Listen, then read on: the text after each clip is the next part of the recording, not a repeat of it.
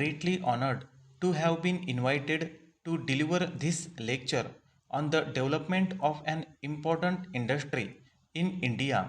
After more than 30 years of political freedom, we have now entered a new stage.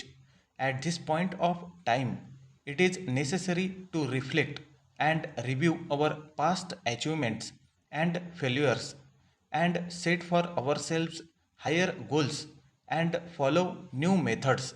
In the past several years, we sought to achieve for our citizens freedom from want as well, but success was very limited. Under planned development, we can surely achieve our objectives. Our overall growth rate has been reduced steadily. The mistakes of the past were not with the plans but their implementation.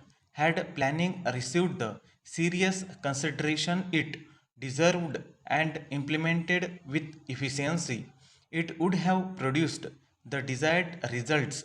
This is evident from the fact that during the second and third plans, the economy achieved remarkable progress.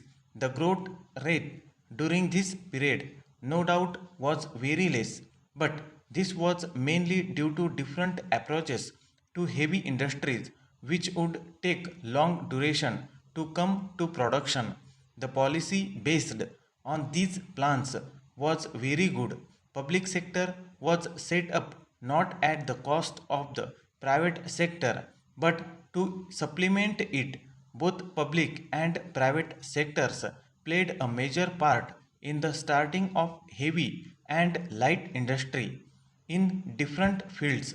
The attitude to foreign investment and the policy in respect of import and foreign know-how were good. Much of the latest methods of Indian industry and the higher production levels achieved by it occurred during this period. The slow progress in industry was due to a number of factors.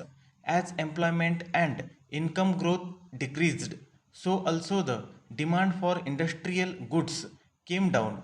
We have the skills, resources, and talent to achieve much more, but unfortunately, we do not have the mind to do, which is essential for achieving better results.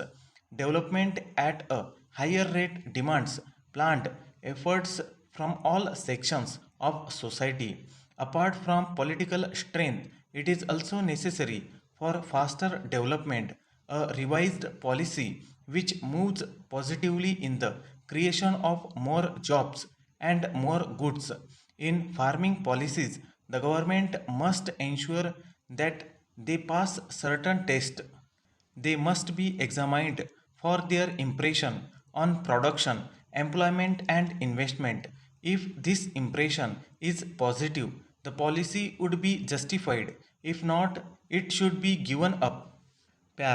It is from this point of view that the entire policy structure needs to be thought of. If price and distribution controls create more difficulties, they have to be removed and set right.